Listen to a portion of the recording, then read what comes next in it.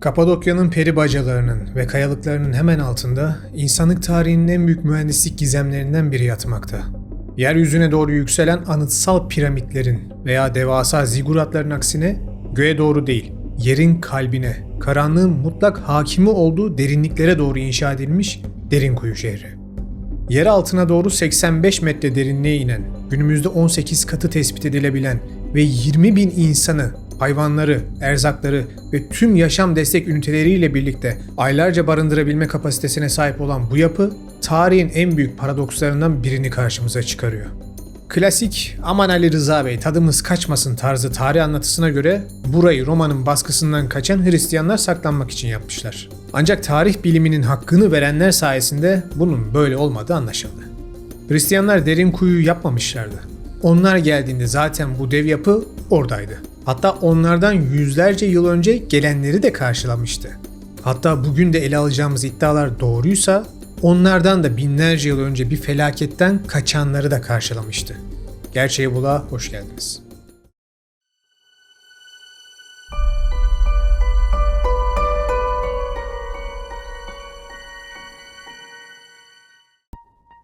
İnsan doğası gereği ışığa, gökyüzüne ve geniş alanlarda yaşamaya programlanmış bir canlı. İşte bu yüzden yeryüzünde verimli topraklar, nehirler ve inşa edilecek uçsuz bucaksız ovalar varken on binlerce insanın güneş ışığından tamamen mahrum kalmayı göze alarak yerin 7 kat altına girmesi sıradan bir korkunun eseri olamaz. Derin kuyunun modern dünyayla yeniden tanışması aslında tarihin en hoş tesadüflerinden birisi. 1963 yılında o bölgede oturan bir vatandaş evinin bodrumunda tadilat yaparken yıktığı bir duvarın arkasında gizemli bir oda ve sonsuzluğa uzanan tüneller bulur. Ve ülkemizin en güzel eserlerinden birisi yeniden gün yüzüne çıkar. Yani metafor olarak. Duvarı ilk yıkan arkadaş o gün bilmiyordu ama orada yatan şey sadece bir mağara değil, kusursuz bir yeraltı şehriydi. Derinkuyu sadece hayatta kalmak için değil, yaşamı yer altında sürdürebilmek için özel olarak tasarlanmış. İçerisinde şaraphaneler, yağ bezirhaneleri, yemekhaneler, şapeller, okullar ve hatta devasa ahırlar bulunuyor. Ancak burada sorulması gereken rahatsız edici bir soru var. Hangi güç koca bir medeniyeti güneşi terk etmeye ve yerin onlarca metre altındaki klostrofobik dehlizlere sığınmaya zorlamış olabilir? Bu aslında kazılar devam ettikçe sürekli evrimleşen bir teori. Ama adım adım gidersek, bölgede gördüyseniz mağaralara oyulmuş kiliseler vardır. İşte bundan dolayı Hristiyanların milattan sonra 2. ve 4. yüzyıllar arasında Roma'nın zulmünden kaçarken buraları yaptıklarına dair bir algı oluşmuştu. Hatta sonrasında 7. ve 11. yüzyılda da Arap akınlarından kaçan Hristiyanlar işte o dev kapıları yaptılar, burayı savunma yeri olarak dizayn ettiler kalıbı genel tarih anlatısına dönüştü. Ancak gerçekler bundan çok ama çok daha uzaklara gidiyor. Milattan önce 4. yüzyılda yaşamış Xenofon'un Anabasis eserinde Anadolu'nun bu bölgesinde yer altında yaşayan insanlardan bahsedip şehrin kökenini ondan da 400 yıl önce yaşamış Friklere dayandırmasıyla işin rengi değişiverdi.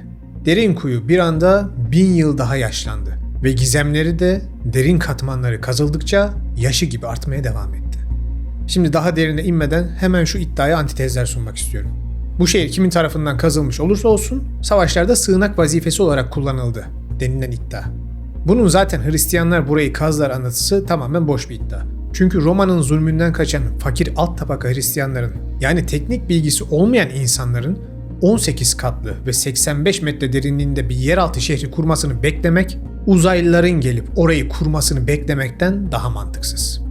Ayrıca askeri açıdan bakıldığında yeraltı şehirleri aslında harika bir savunma kalesi değil, tam tersi bir ölüm tuzağıdır.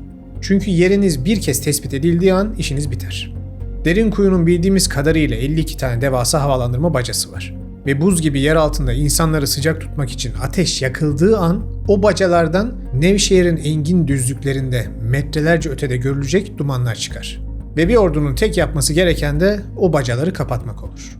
Sonrasında şehirde yaşayan herkes kısa sürede ölür. İstihbarat yok, çıkış yok, havalandırma yok, kaynak sınırlı. Bundan daha saçma bir kale taktiği olamaz değil mi? İnşasının teknik zorluğunu ve uzunluğunu saymıyorum bile. Yani günümüzdeki pek çok uzmanın ve arkeoloğun da dediği gibi burası bizim bildiğimiz yazılı tarihinde doğrudan bir kale yerine her daim geçici koruma yerleri olarak daha küçük gruplar tarafından kullanılmış. Ancak bu sırrı çözmüş olsak bile yazılı tarihiyle çözülmemiş bir sır daha var. Şehir şu anki keşfedilen haliyle bile o kadar anormal derecede büyük ve gelişmiş ki bu mühendisliğin 3000 yıl önceki Frigler tarafından yapılmasının imkansız ve mantıksız olduğunu düşünenler var. İyi de bu şehri onlar yapmadıysa kim yaptı? Ve daha da önemlisi nasıl yaptı? Cevap oldukça garip olacak.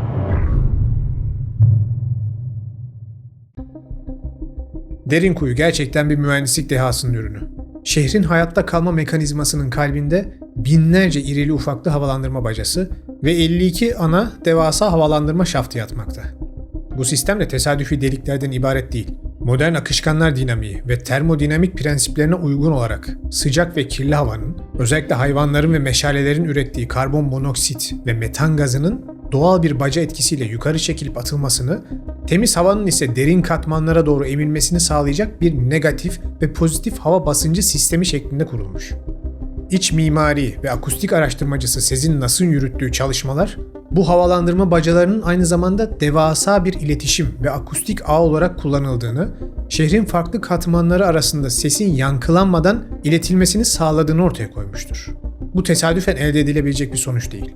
İleri düzey bir planlamanın ürünü ve savaştan kaçan insanlar bunu yapacak vakti bulamazlar. Daha derin katmanlarda şapeller, vaftizhaneler, toplantı salonları ve mutfaklar bulunmakta. Su ihtiyacı ise yüzey sularının zehirlenme ve kesilme ihtimaline karşı 55 metre derinlikteki yeraltı nehirlerinden ve kuyulardan sağlanmış. Düşünün, burada 100 kişinin yaşadığı bir yerden bahsetmiyoruz. 20.000 kişinin ve birkaç bin hayvanın rahat şekilde yaşayabileceği bir alandan bahsediyoruz.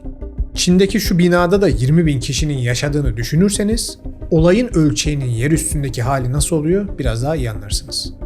Ayrıca bir kez daha diyorum, bu derin kuyunun keşfedilmiş hali. Daha keşfedilmemiş devasa gizemleri mevcut. Mesela son yapılan çalışmalara göre derin kuyu tek başına bir yapı değil. Kilometrelerce uzunluktaki tüneller ile Kayseri'ye kadar, hatta Sivas'a kadar uzandığı düşünülen bir yeraltı şehirler ağının sadece bir parçası olabilir. 2012 yılında Nevşehir Kalesi civarında TOKİ kentsel dönüşümü yapılırken yine tesadüfen bir yeraltı şehri daha bulundu. Ve burasının yanında Derinkuyu 3+1 ev gibi kalıyor. Jeoradar taramalarına göre yerleşimin yaklaşık 460 bin metrekarelik bir alana yayıldığı tespit edildi. 65 tane futbol sahası büyüklüğüne eş ve tünelleri 113 metre derinliğe kadar ulaşıyor. Yani şu anki haliyle dünyanın açık ara en büyük yeraltı şehri keşfedilmiş durumda. Benzer şekilde Kayseri ve çevresindeki keşifler ile bu yeraltı dünyasının sınırları daha da genişledi. 2014 yılında Kayseri'nin Melikgazi ilçesine bağlı Gesi bölgesinde 4000 metrekarelik, içerisinde demir atölyelerinin bile bulunduğu yeni bir yeraltı şehri keşfedildi. Daha da çarpıcı olanı, Kayseri'nin doğusunda yer alan Büyük Bürüngüz mahallesinin altında ve 16 kilometre uzunluğundaki Koramaz Vadisi boyunca yüzyıllar içinde genişletilmiş birbirine entegre devasa yeraltı sığınak sistemleri de tespit edildi. Uzmanlar bu yapıların Sivas sınırına kadar uzanan jeolojik bir süreklilik arz edebileceğini düşünüyorlar. Sadece Kayseri ve Nevşehir de değil. Yine güzel ülkemizin Mardin şehrinde Matiate, Antik Süryanice'de mağaralar şehri olarak adlandırılan, tam kapasiteye ulaştığında 70 bin kişiyi barındırabilecek devasa bir yeraltı şehri daha ortaya çıkarıldı. Mardin Müzesi Müdürü ve Kazı Başkanı Gani Tarkan'ın ifadelerine göre şu ana kadar tespit edilen 49 oda tüm şehrin sadece %5'ini oluşturmaktaymış. Buralarda da erken Hristiyanlık dönemine ait eşya kalıntıları bulundu. Ancak taşlara karbon testi yapılamadığı için ilk kez kimin tarafından inşa edildikleri bilinmiyor. Hristiyanlar sadece buraları kullanmışlar. Ancak deminki abartılı ebat bilgisi ve teknik bilgilerden sonra artık buraların da ana akımın iddia ettiği gibi Frigler ya da ondan da 1000 yıl önce yaşamış Hititler tarafından yapıldığını düşünmek yavaş yavaş anlamsızlaşmaya başladı. Çünkü dönüp dolaşıp 3 dev soruna geliyoruz. Bunlardan ilki harcanan emeğin rasyonelitesi sorunu. Derinkuyu'nun 85 metre derinliğe inen 18 katlı yapısı ve kale şehrin ondan bile onlarca kat daha büyük yapısı sadece geçici bir askeri baskından saklanmak için inşa edilemeyecek kadar devasa bir yatırım. Antik çağlarda orduların kuşatmaları lojistik sebeplerden dolayı genelde haftalar, nadiren aylar sürerdi.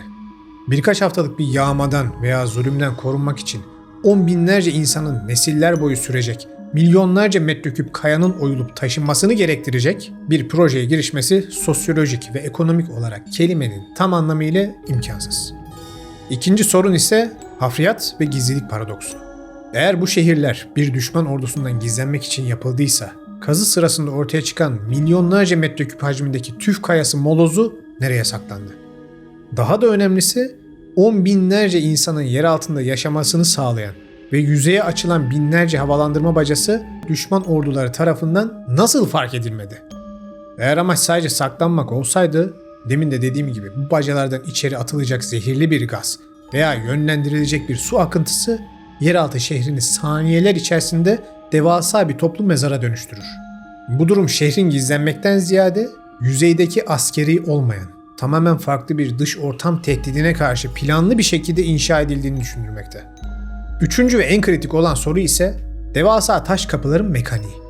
Derinkuyu ve Kaymaklı'da katları birbirinden ayıran, ağırlıkları 200 ila 500 kilogram arasında değişen devasa dairesel kilit taşları bulunmakta. Bu taşların en büyük özelliği, yapıları gereği sadece içeriden kapatılabilmeleri ve dışarıdan asla açılamamaları. Bu tasarım dışarıdaki hava ve ortamla bağı tamamen kesen bir tür çevresel mühür olarak dizayn edilmiş olabileceğini bize gösteriyor. Yani kapılar kapandığında içerideki medeniyet yüzey dünyasından tamamen izole oluyor. Aklınıza benzer bir yapı gelmiştir. Evet, birazdan olay oraya bağlanacak zaten. Şimdi tarihsel kaynaklar Hristiyanların veya diğer yerel halkların bu tünelleri bir dönem sığınak olarak kullandığını kesin olarak kanıtlıyor.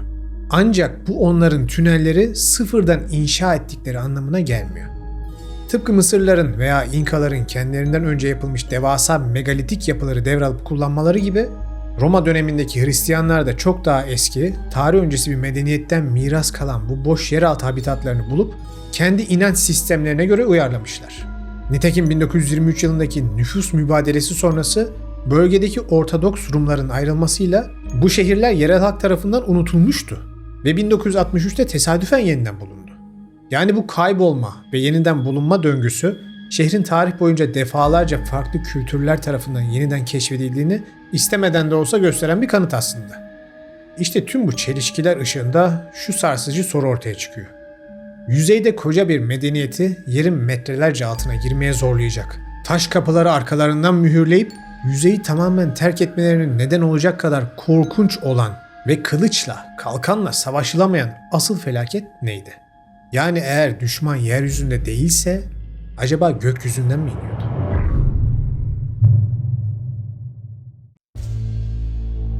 Deminki cümleden sonra işi uzaylılara mı bağlayacağız acaba diye düşünenler olmuş olabilir. Ama hayır. Burada durum elimizdeki belgelere göre çok daha farklı. Ama uzaylılardan bile daha tehlikeli.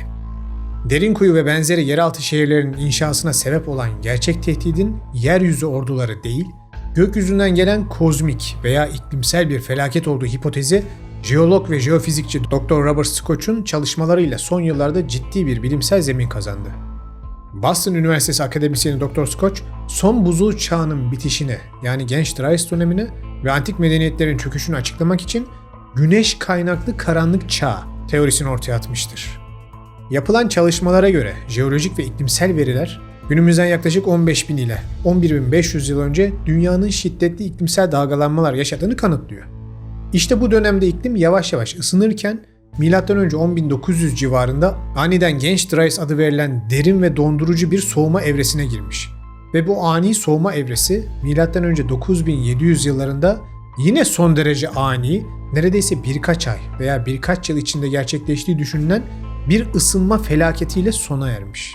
Ki son yapılan çalışmalara göre bunun sadece birkaç gün içerisinde olmuş olabileceği de tartışılıyor. Grönland buzullarından alınan çekirdek örnekleri üzerinde yapılan modern araştırmalar bu ani iklim değişikliğinin nedenlerini halen araştırıyor. Ve bu çalışmalara göre de eldeki en destek gören iki teori ise şunlar. İlki, soğumanın sebebi olarak atmosferi karartan hem de çarpma etkisiyle Kuzey Atlantik sıcak su akıntılarını bozan, bu yüzden de kutup ikliminin neredeyse Anadolu'ya kadar inmesine sebep olan bir meteor etkisi. Sonradan gelen ani sıcaklık artışının ise Güneşte yaşanan devasa büyüklükte bir koronel kütle atımı veya çok ciddi boyuttaki güneş fırtınaları silsilesiyle tetiklendiği yönünde. Ve bu iki iddia da bilimsel zemine tamamen oturuyor. Size daha önce yaptığım Büyük Antik Çağlar serisinde bütün detayları ile bu olayı anlatmıştım. O seriyi mutlaka izleyin. Linkleri sabit yorumda olacak. Yani ani donma ve sonrasında buzulları eriten ve tufan dediğimiz olayı tetikleyen ani ısınma arasında 1200 yıllık bir pencere mevcut. Gerçekten jeolojik olarak bu kadar kısa zamanda bu denli anormal iki olaya denk gelen nesiller iliklerine kadar dehşeti hissetmiş olmalılar. İşte bu anormal iki olay bizim de konumuzun merkezini oluşturuyor. Ve bu kadar çok insan neden yer altına kaçtı sorusunu bilimsel ve tarihsel olarak dolaylı olarak cevaplıyor. Ama tabii ki olayı burada bırakacak değilim. Çünkü bu yapıları kimin bu kadar ileri tekniklerle nasıl yaptıkları resmi olarak kanıtlanmamış olsa da dünya çapındaki pek çok metinde bu olaylar örgüsü tüm detaylarıyla yazılmış. Kadim Zerdüştlük metinleri bize eski çağlardaki bu yıkımın Peygamber Yima'nın döneminde yaşandığını anlatır. Hem de bayağı detaylı bir şekilde anlatır. Bilge Rab Ahura Mazda, Peygamber Yima'ya görünerek yaklaşmakta olan korkunç ve ani bir kıştan bahseder. Malkus'un günlerinden.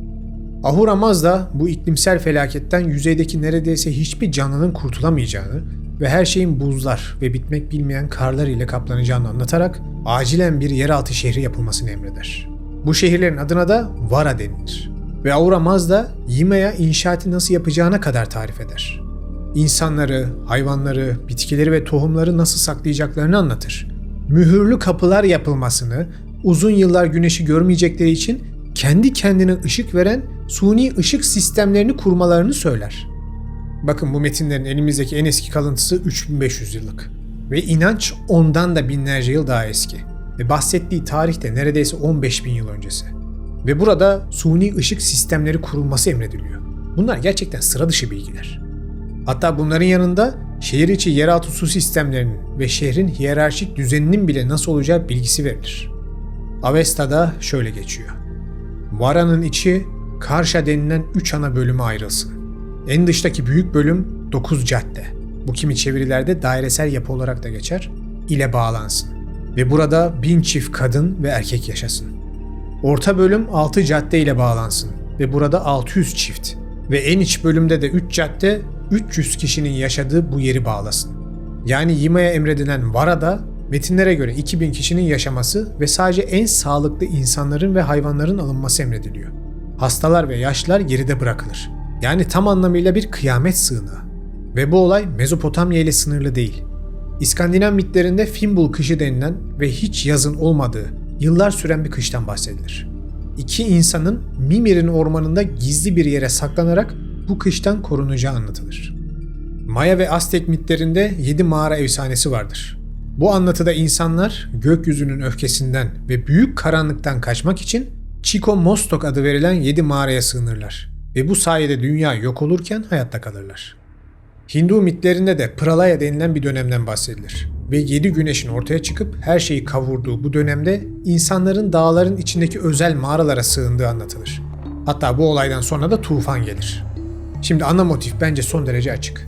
Mitler hem büyük donma sonrası yer altına sığınmayı hem de tıpkı bilim insanlarının yeni keşfettikleri büyük plazma fırtınası veya yine bir meteor yağmuru sonrası kavurucu ısınma döneminde de bu sığınaklara yeniden girdiklerini bize gösteriyor. Ve arkasından da buzulların küresel çapta aniden erimesiyle hem bilimsel hem tarihsel hem de mitolojik zemine birebir oturan tufan selleri geliyor. Ana akım bilimin tabii ki olaylara temkinli yaklaşmasını anlıyorum. Bu son derece normal.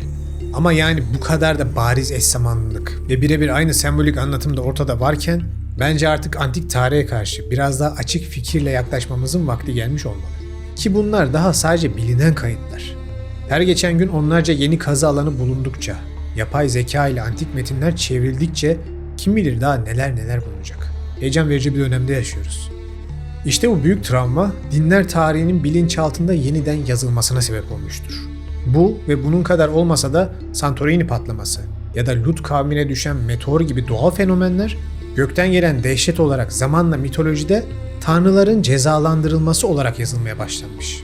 Sonrasında ise semavi dinlerde Allah'ın, Tanrı'nın, Rabbin melekleriyle insanları veya şehirleri helak etmesi olarak güncellenmiş olabilir. Bu kitapları okuduğunda kimse de şunu sormuyor herhalde. Kitapta son nefese kadar tövbe kapısı açıktır, burası bir sınav yeridir ve yargı kıyamettedir gibi bilgiler varken Allah neden sürekli kavimleri, insanları yok edip durmuş ki? Neyse, inanmak isteyen ona da inansın. Sonuçta kişisel tercih. Ama olayları mantık ve bilimsel zemine oturtmayı sevenler Sanırım bu bilgileriyle bazı şeyleri daha net anlamışlardır. Her şeyi toparlamam gerekirse, eldeki bunca güncel bilgiden, bilimsel veriden ve tarihsel, hatta mitolojik ve dini kayıtlardan sonra Derinkuyu ve onunla bağlantılı Matiate, Kaymaklı, Özkonak gibi devasa yeraltı ağlarının yalnızca baskınlardan kaçan çaresiz köylüler tarafından yapıldığını iddia etmek, milyonlarca metreküplük hafriyatı, kusursuz havalandırma fiziğini ve tonlarca ağırlığındaki dairesel kilit taşlarının varlık nedenini izah etmekten artık çok uzak.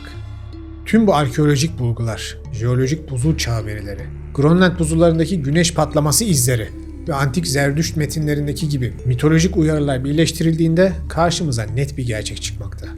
İnsanlık geçmişinde yeryüzünü yaşanmaz kılan bir felakete maruz kalmış ve bu dehşet onları yerin metrelerce altında devasa boyutlardaki korunaklı alanlarda yaşamaya etmiş. Bugün bile dünyanın her yerinde hem nükleer saldırılara hem de iklimsel krizlere karşı atalarımızdan miras aldığımız bu sığınak kültürünü yaşatıyoruz. Çünkü insan binlerce yıl önce yaşadığı o dehşeti unutmadı.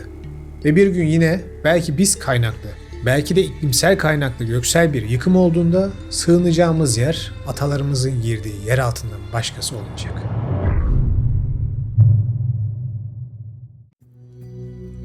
Derinkuyu'ya ilk gittiğimde orta sondaydım ve o günde rehbere burayı insanlar yapmış olamaz demiştim. Aradan yıllar geçti, bilgi birikimim arttı ve halen o günkü düşüncemin arkasındayım.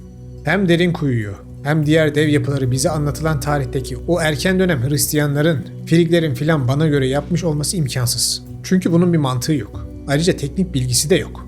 Burada yine dönüp dolaşıp dünya çapındaki başka yüzlerce açıklanamayan eserde olduğu gibi yolumuz tufan öncesi çağlara ve o sisler arasındaki kadim gelişmiş toplumlara gidiyor.